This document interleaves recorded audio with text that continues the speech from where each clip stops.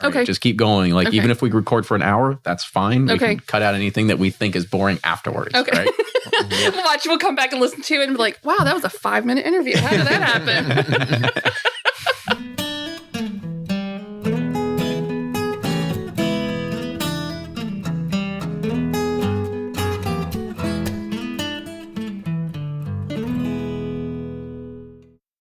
Do you ever pour yourself a bourbon, swirl it around, and then start struggling to come up with tasting notes? And perhaps you're also looking for a good Father's Day gift idea.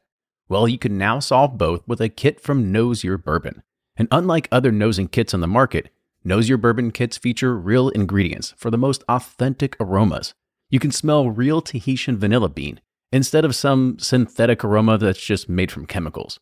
So head on over to knowsyourbourbon.com and enter code BP10 for 10% off your order. From their bar to yours, Chad and Sarah of the popular YouTube channel It's Bourbon Night bring you their favorite at-home old-fashioned mix with the new Elemental Elixir's Golden Hour Syrup. It's a custom-made syrup with notes of bold black tea, warm spices, and orange zest. All you need is your favorite whiskey and ice. No bitters needed. One bottle makes 16 drinks, so that's only $1 a cocktail before you add your own whiskey. They can also be enjoyed in other cocktails or spirits, mocktails, coffee, tea, and anything you can think of. It's crafted locally in Lexington, Kentucky, and you can get your bottle now at whiskeyambitions.com. Play Whiskey Wednesday, Round 11, the memory game. Until June 26, each week you could win one of our 12 incredible grand prizes. Select $2 at checkout. And if they match on drawing night, you'll win that bottle. Not a match? No worries. You still score a Weller 12-year. Every $5 ticket gives you 5 chances to win, including 4 weekly bonus prizes. Get your tickets now at give270.org. Charitable Gaming License ORG 0002703.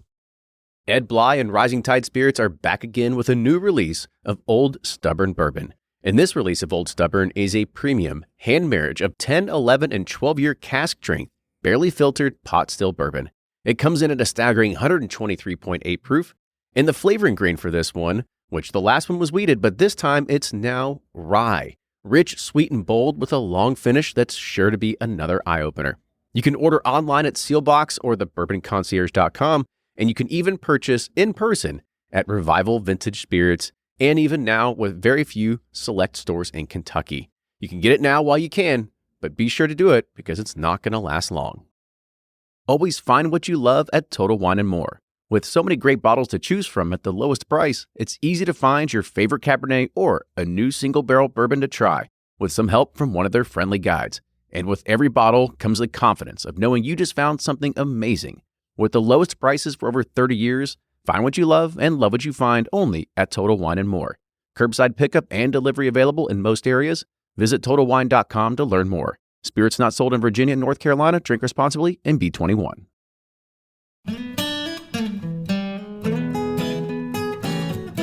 Welcome back to the episode of the Bourbon Pursuit Podcast. Kenny and Ryan here today, and this is going to be a new interesting show for us because we're kind of taking yet another culinary twist on bourbon. And to give you kind of a little bit of background about my family and kind of where I originated, I grew up out of Columbus, Ohio when I was, 7, 8 years old, and then finally moved out in Kentucky. But all my family was originally from Ohio. And so for any dessert of any tailgates or any kind of family function, the thing we always had in Ohio were Buckeyes, right? And it's, they're pieces of little rolled up peanut butter and, sugar dipped in chocolate. And that was kind of our thing. And then coming down to Kentucky, it was sort of a new realization. I think my first bourbon ball I had wasn't until probably in college. So it was a long, long time. But I know, Ryan, everybody knows you're from Bardstown, right? Yes, exactly. So it's a given that we have bourbon balls at any holiday function, mostly Christmas and Thanksgiving. Yeah, but yeah, bourbon balls are a staple. I mean, my grandmother makes them. I mean, they're two of my favorite things, chocolate and bourbon. So how can it go wrong? She makes them. They got a strong punch. I mean, they really hit you in the face. So that's how I like them. Mm-hmm. Well, I think the show's going to be pretty interesting because we're not talking about bourbon balls, right? We're talking about something that is a much more like handcrafted way to do it. And I think we're going to talk a little bit, I know our guest today is going to talk a much more about the difference between bourbon balls and what they're producing here at the shop. And we're sitting here today and it's got some pretty cool ambiance. Yeah, when I walked in, I was like, the smell was the first thing. I mean, you smell of, that bourbon, truffle, bourbon, chocolate, it just hits your nose right away as you walk in. But then you walk in, it's got, the decor is just incredible. I mean, they got all kinds of neat little decanters and, just. We originally thought we walked into a liquor store. I know. I was like, y'all sell booze here? Like, can I get a bottle? But no, it's a really cool shop, and they did a great job with it. Cool. So let's introduce our guest today. So today we have Kelly Ramsey. Kelly is a Bourbon-Certified Chocolatier owner of Art Eatables here in Louisville, Kentucky. So Kelly, welcome to the show. Thank you guys for having me. So we always ask every one of our guests this, is there something about bourbon that attracted you to it before you started maybe cooking or experimenting with it? Well, I was born and raised here in Kentucky, so it's always been around. My mom has been a huge Maker's Mark fan since, she was in her 20s. And she was also a Rebel Yell fan, which not too many people drink. And then my husband, he was in a band, so he was always around bourbon. So I was just around it.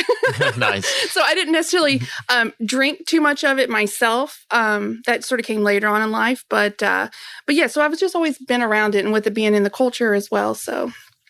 So tell us a little bit about how you got into doing chocolate or desserts or cooking or anything like that, and what kind of made you lead up to building a business like this. Well, how I got started is pretty much how every chocolatier gets started is actually not being a chocolatier. I was in finance. I did that for about 10 years, and I was just looking for something more creative to do. And so anyway, I had my son. He was a year old, and so we were planning a party. And I always made candies and things like that with my mom at holidays and stuff. So I decided to make some chocolate favors for the guest instead of the little trinkets that you would get in all the goodie bags. And that's sort of how it started. I started making party favors as a sort of a stress reliever from my day job. Did your mom, so she got you involved or started with that? Yeah, for the holidays, we'd make candies and things like that and give away. And then I found out after I started my business that my grandmother was actually a candy maker in Australia when she was there as a teenager. So it's in your genes. It's in my genes, and I had no idea. So, so I think I was just destined to do what I'm doing. So. Right. So the one thing that you guys are known about is you didn't invent the bourbon ball, but you invented maybe what's called the bourbon truffle. So kind of talk about that. Okay. So people have been infusing alcohol in chocolates for years. It's very popular in Europe to do so. But what we have done here is we created a small batch bourbon truffle. And what makes that different than any other bourbon candy that's out there or an alcohol-infused candy is that we're actually pairing the bourbons with chocolates. So the goal here is you taste the different nuances of that particular bourbon. And that's what makes our bourbon truffles different than any bourbon candy out there. We'll talk about the difference between bourbon balls and bourbon truffles, because I think you could probably go online, you could look at allrecipes.com and see all kinds of things for bourbon balls. But I mean, what's the difference between a bourbon ball and a bourbon truffle then? Okay, so a bourbon ball is usually illegal because of all the amount of alcohol that most people put in them. Yes. Probably my grandmother's. That's what makes them so good. But then they're made with confectionery sugar, usually pecans, and it's turned into like almost a dough in the middle, and then you dip it in chocolate. Whereas a truffle is more along the lines of a European-style chocolate. So the center of a truffle is chocolate, and then you infuse it with heavy fats. And that's what makes it a ganache. And then you hand roll them, or you form them and you dip them in chocolate. So they're two different beasts. So what do you think that makes like pairing bourbon and chocolate like maybe a harmonious marriage? Well, believe it or not, chocolate and bourbon are very similar in the way that they start out and the way that the processes they go through to get the final flavor profiles. When you're making chocolate, at the very beginning, it goes through a fermentation process, just like you would a mash bill for making bourbons, and it changes the flavors.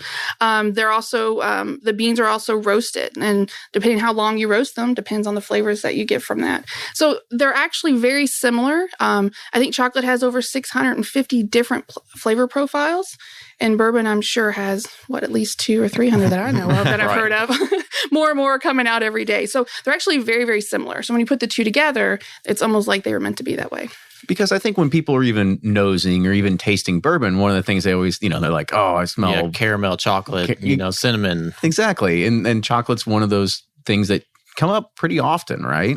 Absolutely. I mean, you were talking about, the different, different bourbons with the different truffles. I mean, you can definitely tell. We just tried. I had an Eagle Rare versus the Wild Turkey truffle, and you can definitely see the characteristics of each whiskey and each truffle. It's truly amazing. So talk first off about how many brands do you have here that you're making different truffles for? Well, currently in the store, we offer over 70 different bourbon truffles. So they're all been paired with a variety of different bourbons. We hit Heaven Hill products. We hit Beam and Maker's Mark, Angel's Envy, even Sazerac or Buffalo Trace products.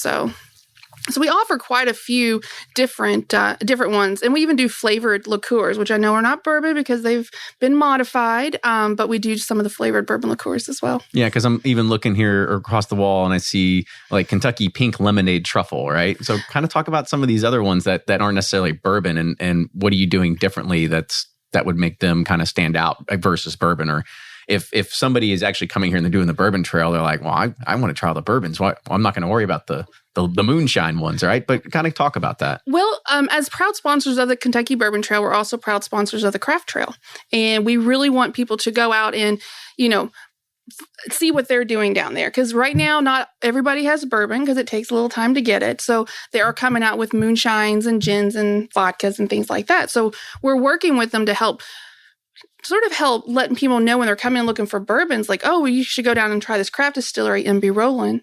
And these are the products they're making right now. If you give them a few years, which right now they're making bourbon, but they weren't 2 years ago when we started working with them. So we let people see this is what they're coming up with moonshine. So it's a little different. So they make a pink lemonade moonshine. Well, we'll make a pink lemonade truffle. And it gives someone a different experience because, believe it or not everybody's a bourbon fan yet. What? I know. So my goal is news to me. Yeah. My goal is to make everyone a bourbon fan. And if it's through chocolate, that's perfect. But yeah, so people are doing some really cool things with moonshines. Granted, not all moonshines, or pretty much all moonshines, taste the same unless you start flavoring them. So we turn them into cocktails in a way. So, moonshine's sort of like the Kentucky vodka. And so that's what we're doing, is turn them into cocktails and things. That's what we do in the truffles. Right. Yeah, because moonshine by itself is a little tough. Unless you get off the still. We found That's right. Yeah, some of it's pretty good off the White Dog or whatever. Yeah. I guess a second part to this question is, what are you doing differently with the individual chocolates? Is it just the same recipe and you're just swapping out alcohol? Or is there something unique about every individual one? Well, every individual one is unique. So it depends on how much alcohol we put in it because of the proofs. So we have to be really careful with the proofs as well, because over 5%, we have to stay below 5% volume for alcohol. But each one is different because let's say you have a Maker's Mark, which is a wheated bourbon. So it's going to tends to be a lot sweeter. But you have something like, let's see, like a Weller. Well, Weller's also wheated bourbon, tends to be sweet. But when you put a Weller in like a milk chocolate, it actually becomes too sweet. And then you don't taste any of the other flavors. And it also has a nice spice to it, but you lose that. But in the Maker's Mark, it brings out that caramel and the vanilla, and it actually brings out the wood notes that you'd find in a Maker's. So they are different, even though we use a milk chocolate for those, but the bourbons are so different that it comes through. Well, I need to be on a tasting panel, I think. Yeah. That's fascinating. So, I mean, I guess, so how many different recipes are there for individual ones? Or is it kind of like, well, you got to collect the whole set and figure out which one you like the most? Well, when I'm creating a recipe, I always have an idea thinking, okay, I've done it for so long now, so I think this is going to be the one that works for that. And I'm still surprised sometimes because it's not the way that it comes out. So sometimes I'll make it in 2 or 3 different chocolates with, different recipes just to see. And then, which one does it really represent? And so sometimes it'll take me it's one try, a couple of days. And then sometimes I worked on them for over a month or so just to make sure I get the right flavors. Awesome. So kind of talk about some of the, I had the Eagle Rare, for instance, some of the differences with that recipe versus the Wild Turkey recipe. Well, for the Eagle Rare, we use a 70% chocolate, a 70% cocoa content for that chocolate. And the reason why I use that one, Eagle Rare has a nice spice to it. Mm-hmm. The dark chocolate helps keep that spice. But I always find, and I know everyone's palates are different, so I know that people disagree with me, but I always found the Eagle Rare to be sort of come across almost like with a brandy finish, because I get more of a grapey note to it, a dark fruit flavor. And so the dark chocolates go well with that. Whereas the Wild Turkey 101, not a lot of complexity itself in the bourbon, but you get a lot of spice, and you get a lot of a bite to it. Well, if you put that in a dark chocolate, you lose that initial bite.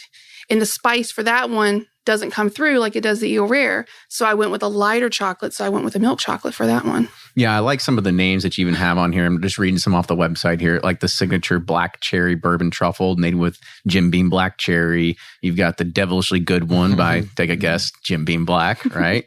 Well, that's actually Devil's Cut. Devil's Cut. I was gonna say. Sorry, there you go. See, I'm already getting ahead of myself. Old Basil's, Yellow Rose, the Fair Rose truffle. So I mean, you got some pretty cool like kind of names that you got going on with here as well. So I mean, is there a huge difference when you're looking at all these different bourbons? Are you tasting them first and then thinking like, oh, okay, well, I could probably mix it, use like this type of recipe with it? Right. Well, first of all, I have to give credit to my husband for all the clever names that we use in the stores for our chocolates. Your marketing department. My marketing department, my design guy, he does all of that kind of stuff. But I do have to approve him because sometimes he can go a little inappropriate. So I just sort of have to wheel him in a little bit. Ask. I know. Yeah, there's a lot on the floor, but we can't use. But anyway, so back to your original question though. So as for the bourbon, I drink every bourbon that we use, and I drink tons of bourbons that we don't use. But yes, when I'm drinking them, that's what I'm always thinking is, how could I use this one? How can I pair this chocolate? What flavors am I getting versus what other people are getting? So I'm constantly working, I guess, in that way. So I can't really just sit down and drink a bourbon and enjoy it.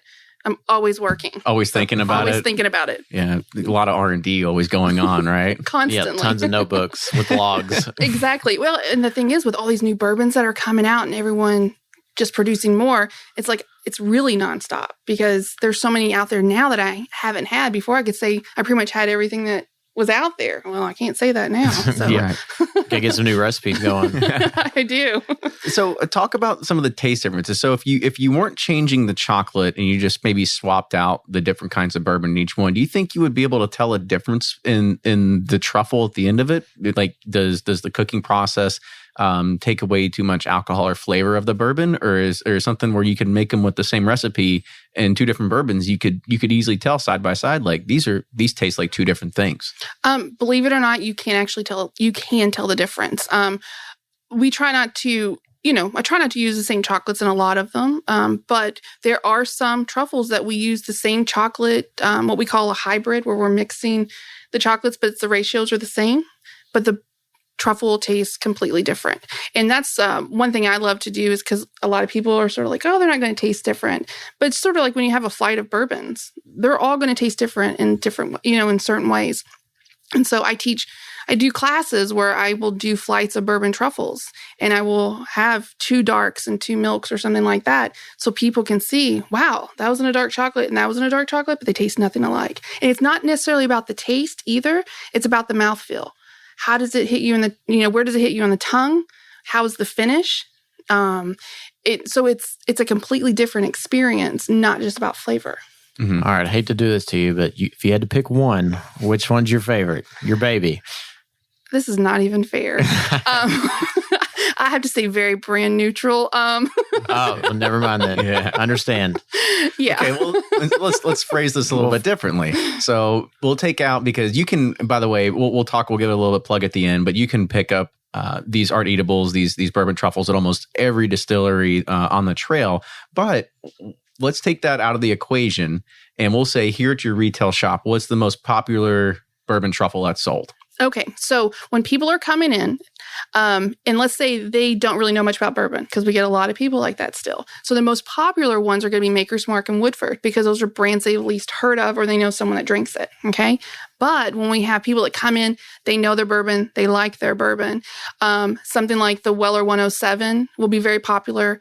Blanton's, Angel's Envy, and believe it or not, like Evan Williams Single Barrel Vintage is very popular, and one that I push because I'm sort of saying it. It is sort of one of my favorites. I think it's just well balanced. It's robust, has sweetness, has spices, pretty much has everything, and that's the Michter's small batch bourbon. Awesome. And the small batch bourbon truffle.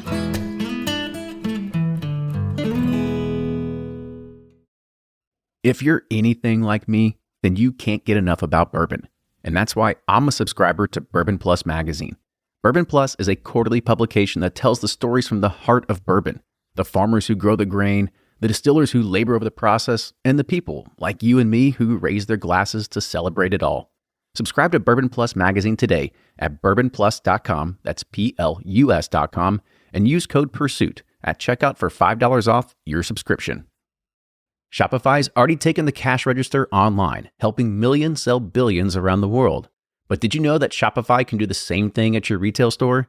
Give your point of sale system a serious upgrade with Shopify. Shopify's point of sale is your command center for your retail store. From accepting payments to managing inventory, Shopify has everything you need to sell in person. And with Shopify, you get a powerhouse selling partner that effortlessly unites your in-person and online sales into one source of truth. Track every sale across your business in one place and know exactly what's in stock. Connect with customers in-line and online. Shopify helps you drive store traffic with plug-and-play tools built for marketing campaigns, from TikTok to Instagram and beyond. And get hardware that fits your business. Take payments by smartphone. Transform your tablet into a point-of-sale system or use Shopify's point-of-sale Go mobile device for a battle-tested solution. Plus, Shopify's award-winning 24/7 help is there to support your success every step of the way. Do retail right with Shopify. Sign up for a $1 per month trial period at shopify.com/bourbon, all lowercase, and go to shopify.com/bourbon to take your retail business to the next level today. Shopify.com/bourbon.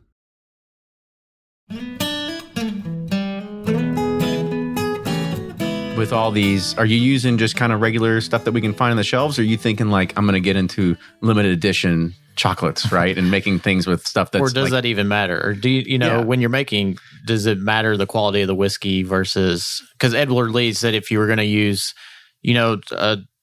for a dessert, you would use like a cheap kind of whiskey, but if you're using it for an entree, you'd use like a higher end, higher age product. Yeah. So does it matter, I guess, and within chocolate cooking? Well, from the truffle aspect, we will buy things just right off the shelf like everyone else.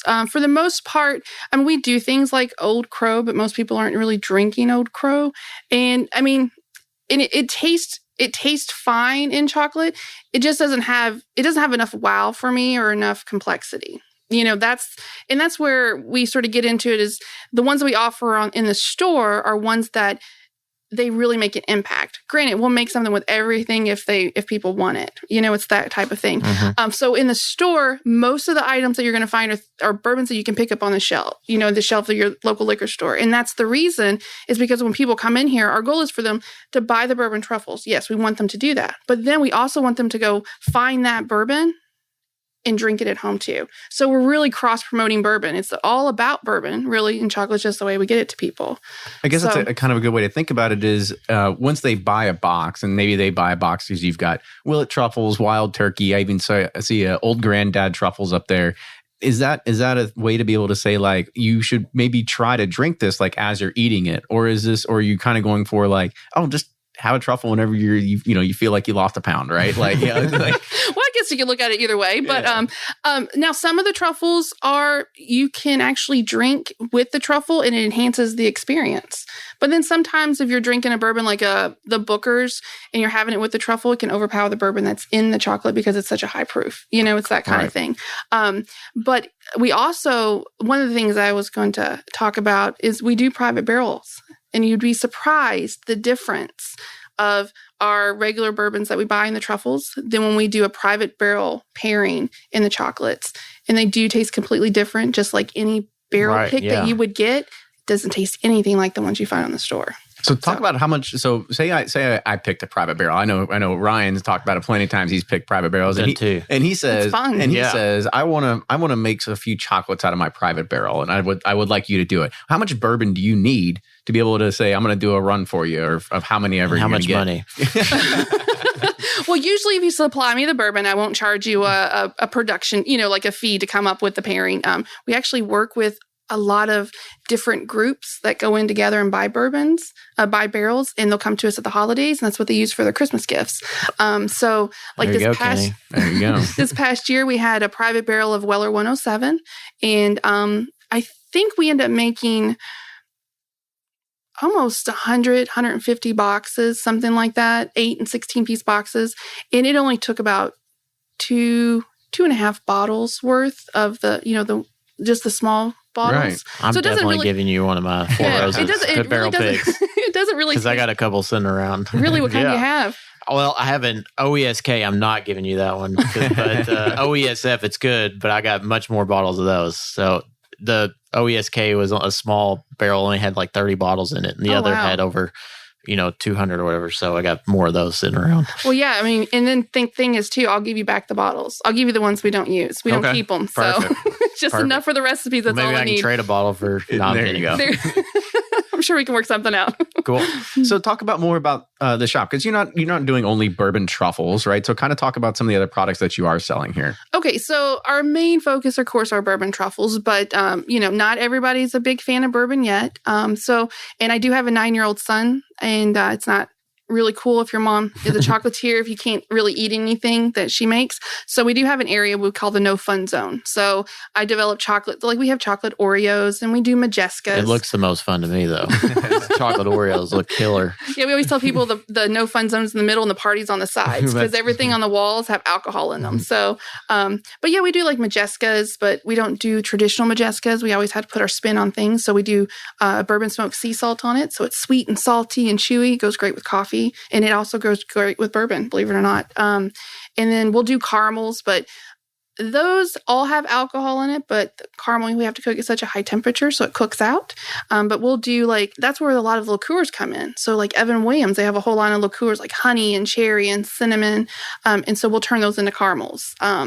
There's peach and there's orange and there's a bourbon smoked sea salt caramel, which is, and for something like that, That sounds we're incredible. I'll have to get you some before you leave. But now that's one thing about the caramels, like the bourbon in that one, because it does cook out, I will use an inexpensive bourbon for that one. That makes sense. Because at that point, you're not really tasting the alcohol. It's not about a pairing. You're just using it as an ingredient at that point. So There's one thing we did forget to bring up about the truffles, and that is when I've had a lot of these truffles. I remember the first truffle that I had was at the Bourbon Affair in 2015. So it was not this past year, it was the year before there. And we were in the cave and they had all these truffles at all these different tables. And me and my wife we went crazy. We were just eating them all up. And then we come to Bourbon Affair this year. We're doing the same exact thing. And now when I take my wife and I make her go mule whiskey for me at some of these other places, I go, we end up buying another box of it. So we love it. But there's one thing that's makes it very unique about all these. And it's kind of like your signature, which you guys call the BIT. So kind of talk about what that is and kind of what it is, because it's an abbreviation for something as well. right. So the BIT is what we call it. It stands for the brand identification token. And the way we looked at it is because we use so many different bourbons, there's got to be a way to identify the bourbons that are easy for the customer, but easy for us to identify what we're doing. There's only so many drizzles and paint colors that you can do. And, we're a nut-free shop, so we're not going to put pecans on our chocolate. So my husband and I had this idea way before we got actually started as a real business, or before we opened up our store, I guess, is how do we make our products look different than any other bourbon candy that's out there or any other candy? Because we're trying to build a brand. We're not just making bourbon chocolates. And so we had this idea to basically put a logo on top of our chocolates. And that was a way to identify the bourbon that was in it, but it's also to identify our product. So if someone saw it across the room and they saw these little colored disc or chocolates or something on, these little color pieces on a piece of chocolate, they would know that was Art Eatables. And so we got to really use it and sort of hit it home and let people know that our products were different is when Maker's Mark picked us up as a client. If you find the Maker's Mark truffle versus the Bourbon Ball has the pecan on it, whereas the Bourbon truffle has their logo. We use the SIV logo on top of every bourbon truffle that we make for them. And so that allows us to use the different bits in our store for the brands. But once we have a branded product with a certain company or spirit company, it allows them to put their logo on that too. So when people see it, they know the difference between an Angel's Envy truffle versus an Evan Williams or a Maker's Mark or a Jim Beam. So our trademark look. We've been doing that since we got started. In every product that we develop, if it has bourbon in it or moonshine, it has a bit on top of it. That's cool. Well, it actually is pretty cool because I remember when we were at Bourbon Affair and we would come around. Actually, we made laps, right? And so I did see you several times. Yeah, and so she would have out this kind of silver Kenny's plate. getting second and third before people got first. We just take a handful, right? It's like going for like a thing of popcorn. So you would go through and you'd have a plate, and they have all these truffles on them. It would be all one. It'd be like Yellowstone, right? And then we'd wait around 15 minutes and make another lap, and there'd be a different one out there. It would be Willett, or it'd be Evan Williams, or whatever it was. So yeah, I mean, it was really cool to definitely see that it's a very unique thing you put onto it, and it's very much a brand recognition thing. Very much. And I think another cool thing that you should talk about as well is that this isn't just a chocolate factory, right? I guess everything's handmade, right? I guess kind of talk about the process that you kind of go through and what it means to kind of be local owners and kind of build this, from the ground up and have everything not done by automation at this point, right? Right. Right now, everything is handmade. It's been that way since we started. We have some processes that allow us to make larger batches, but we're still not making 2,000 or 3,000 at a time. I think the most I can make at one time for a batch is 200 truffles. That's not that many. And how long does that take? It probably takes me, time I make the batch, and then I do have some molds that help me now, but it still takes me about 20, 30 minutes just to make the ganache center for the truffles. And then you have to dip them or enrobe them, and all the bits on top are all handmade pieces of chocolate. So it takes, it could take I have people that just make bits all day. That's all they do because they take so long. But that's the part I think that people, people appreciate. I know our chocolates are, they're a little bit more expensive than a bourbon ball because there's more that goes into it. But so much better. I have to agree. I think so too. But I think people appreciate that when they come into our store. It's so small and quaint. The owners are here. My husband and I work here 7 days a week, so people always see us. We're always here. We have a small staff, and eventually, I would like to have some automated, not necessarily automated, but some machines to help speed it up.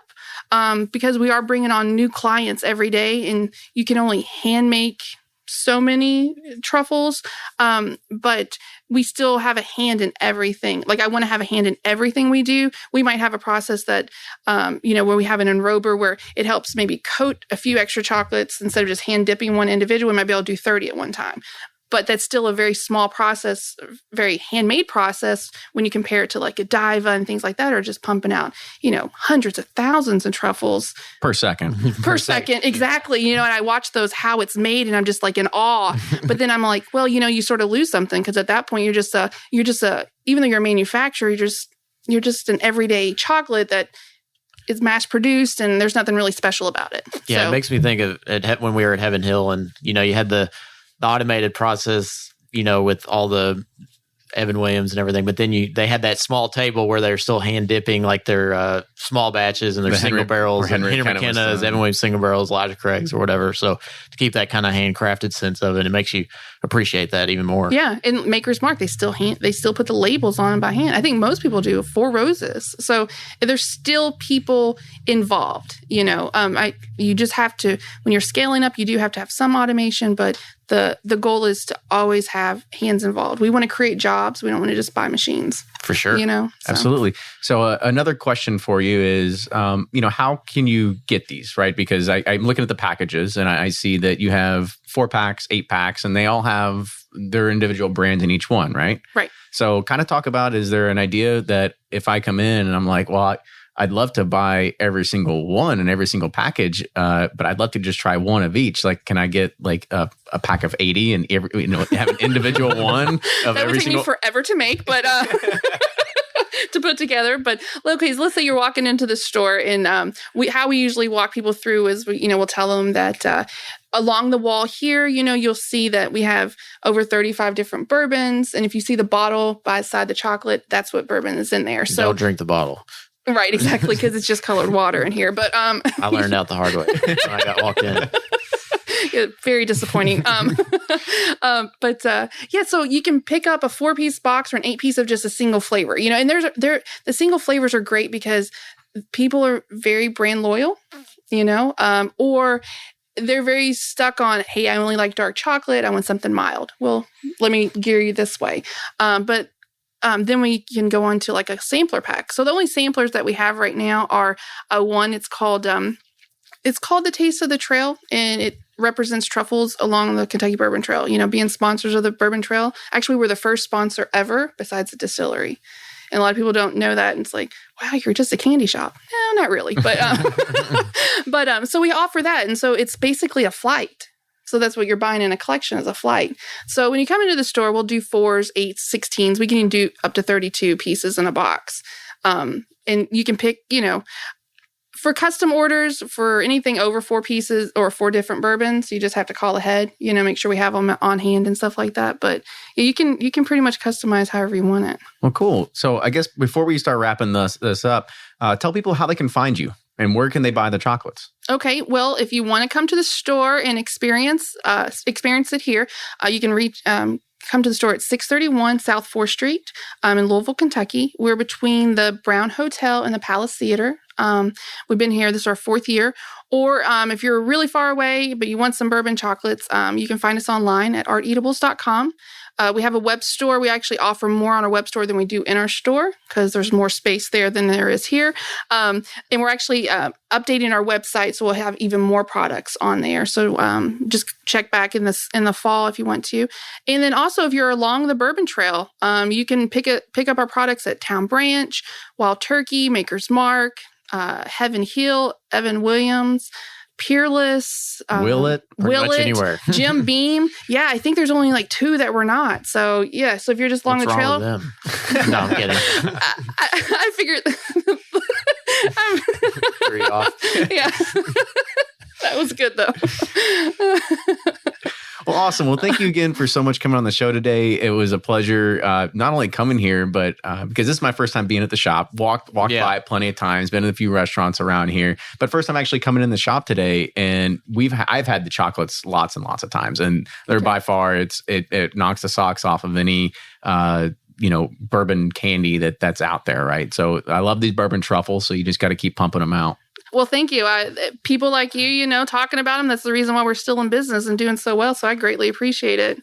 Yeah, they were great. Sorry, Grandma, but they were pretty tasty. But no, I mean, it's a cool shop. I mean, if you're ending the Bourbon Trail, you're staying in Louisville, I definitely would check out, the shop and come in here. It's a cool place. You got lots of good stuff. And if you want some good desserts, the No Fun Zone, I'm all about it. So... So if you like what you hear, make sure you subscribe to us on iTunes. You can follow us on all those great social media channels, Facebook, Instagram, and Twitter. Also, make sure you subscribe or actually sponsor us on Patreon. We love your pledges, patreon.com/Bourbon Pursuit. We're going to be giving bottles away, I think, here in our 6th month. I picked up a 4-year Willet. I think that's going to be our 6th-month giveaway. So that's going to be a good incentive to get more people involved. Yeah, definitely donate. The prizes or the giveaways are just getting better and better each month. I thought the last one, have we sent it out, the poster yet? Yeah, we sent it out this week. That was one of my favorite. I think I even got one for myself. I thought that was a cool piece of art. But yeah, definitely support us. We really appreciate it and hope you're enjoying the samples for those who got it. But we appreciate you all listening. And if you have any show suggestions, feedback, or comments, just let us know. And we'll see you next time.